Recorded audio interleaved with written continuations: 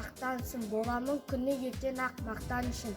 Білім ап, тер төге еңбек етем, өзіңнің сеніміңді ақтау үшін. Оқымайды сыйламаған, білімге жаның танып қинамаған, өсірген кімнің болсын ой өрсің, сол кітап бас ақырша күн демі. Естеме онымды, айтайын бір шынымды, талмай оқып ізденіп, игеремін ғылым. Осындай сүрсіткен, ақыл білім үйреткен, ана тілін оқыдық, ерекше зор құрметпен, ана тілін сүйеміз, құрметпен бас иеміз.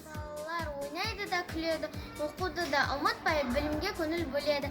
Көңілді біздің балалар дос қадірін біледі, досқа адал, сондықтан көмекке әркез келеді. Өсі сынасы, ер жүреді, бастауышқа бар бала алғыс айтып жүреді.